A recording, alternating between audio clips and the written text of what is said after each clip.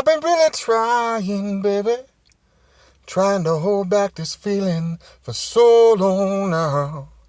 And if you feel like I feel, baby, oh, then come on. Ooh, I said, come on.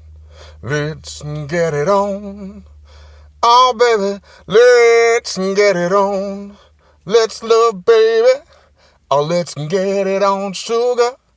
Let's get it on. Let's get it on. That's my best Marvin Gaye right there. And that ain't saying much because Marvin Gaye is freaking awesome, and I am not so much. I have to remember one thing. Yesterday I did a bunch of promos for a lot of independent comics, and I forgot one of the biggest ones out there. Brian Ball and his team's Rags. Rags, there's a zombie shopping apocalypse. I think that was the first book. But it's a really great book. It's kind of got a lot of nudity, but there's a point to it. If you can look beneath the straight up boobs and tits and ass of it all. There's a lot more going on there. And Regina as a character has some things that she needs to deal with. And it's typified in a metaphor, I think, within the whole zombie apocalypse that it's couched in. Please go out and buy Rags. I really, really support that comic. All right. I'm going to talk about, as the song seems to intend, about sex. And the character that I have in my comic, Little Girl Lethal, Sugar Lightspeed, she's a very sexualized character. And some people would say she's objectified, and I would have to agree. I did it on purpose. I want to draw in eyes. I want to get people to come in for that very reason. But, here's the big but, no pun intended. There's a purpose to why she is like that. And within her world, it's not just that's just for the sake of gratuitous risqueness, to come up with a good word. But because of her upbringing, she eschews clothing. She doesn't like them. She'd rather be naked. But she has to deal with the conventions of a society that, although it's very libertine within Lost Peaks, and there are still some conventions that have to be followed. And so, unless you're certain parts of Lost Peaks, you have to have some clothes on. Not to mention the weather isn't always conducive to running around buck naked either. So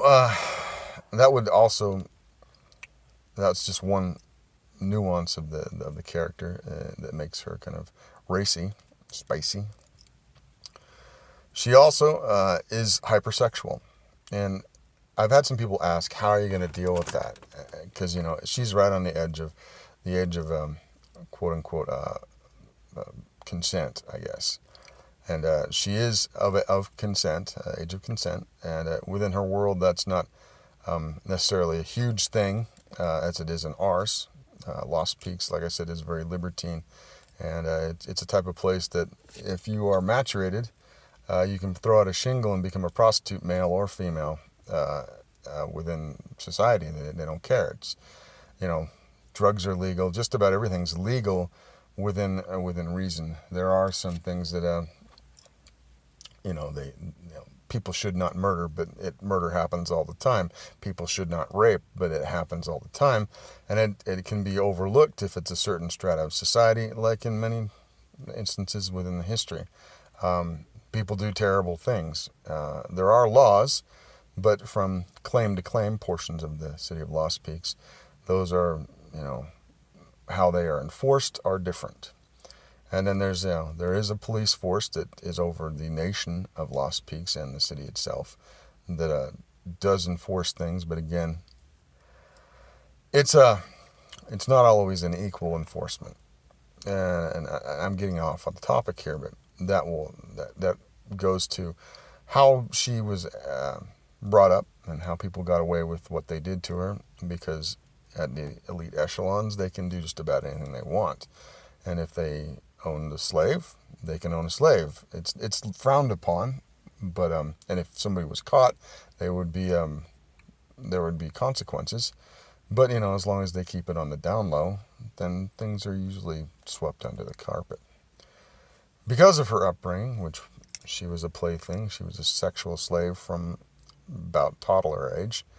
And if you don't think that happens in the world, you ain't paying attention to the news. But she was brought up for a good portion of her life in that youthful stage by monsters. They're the monsters that live within society. And that's one of those things that I'm exploring, is that, every one of us have met a murderer. I can guarantee it, that you're walking down the street and you're passed by people who have killed people, not, like say in war, but you probably met a murderer, you probably met a rapist, you probably met a molester. They're among us, we don't have to have vampires and werewolves and ghouls and all these other things that basically describe what already walks among us. Now imagine if you have unlimited resources and you have these predilections, and you can just indulge in the excesses of whatever you want to do. Well, how far would that go? Well, there are people out there, if you dig far enough, you'll find that people write stories, and they probably would film films, and they probably have. I've never gone that far, but I've read some of these fictions that I can't get very far into them, because it's something I don't want to go all the way into. But yeah, people have fantasies, and imagine if you could, imagine if you were one of these people and you had the ability to make those fantasies come true. That's the type of people she was brought up by.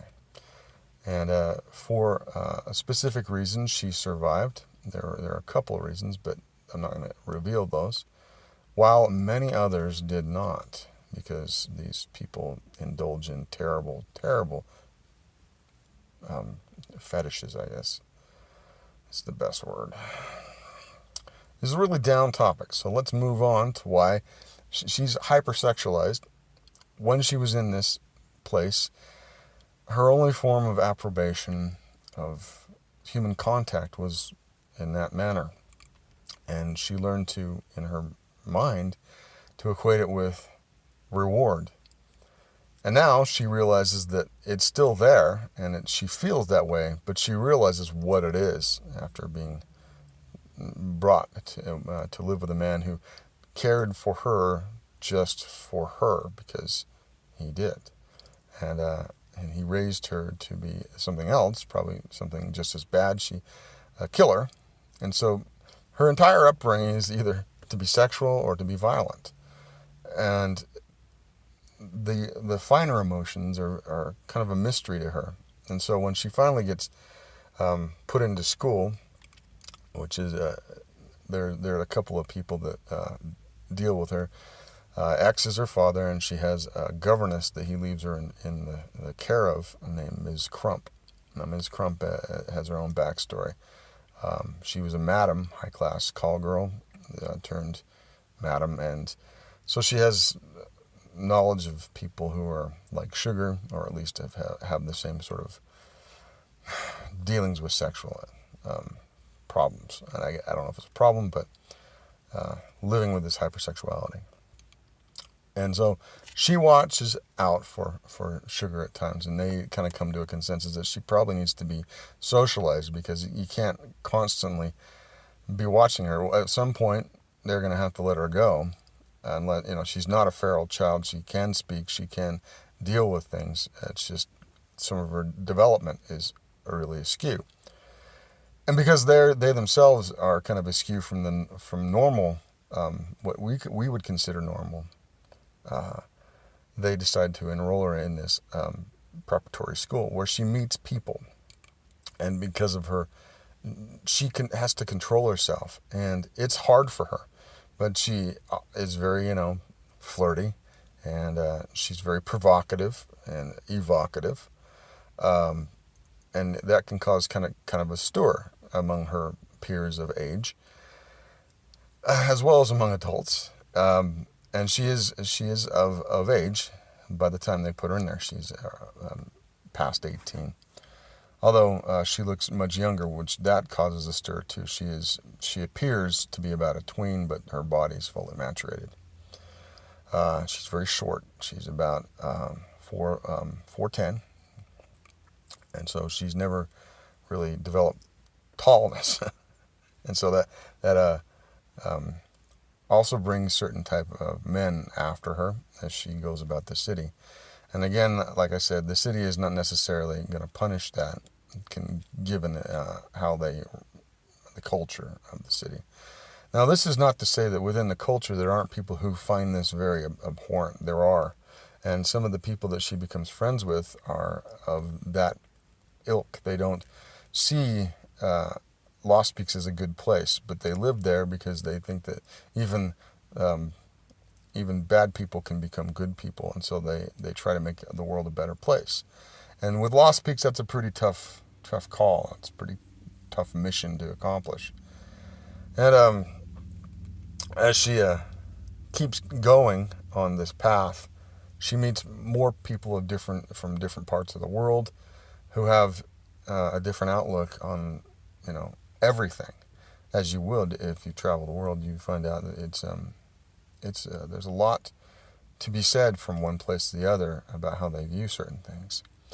Americans have one way of looking at sexuality as opposed to like the Europeans, as opposed to the Japanese, as opposed to, say, people in Islam, from one place to place. And very near to Lost Peaks is another nation of the Arakan Union, a place called Ensign. I based it off where I live, a Mormon area, and so in their world that would be the area of the Mormons, quote unquote. And the world is actually quite different. It's I've come to the end here, so I'm going to stop. I hope nobody is upset about that, but we are heading up to the end. I hope this makes some more things clear, but probably it's just mud. Please subscribe and like and all that business. Have a good day. Appreciate your time. Bye.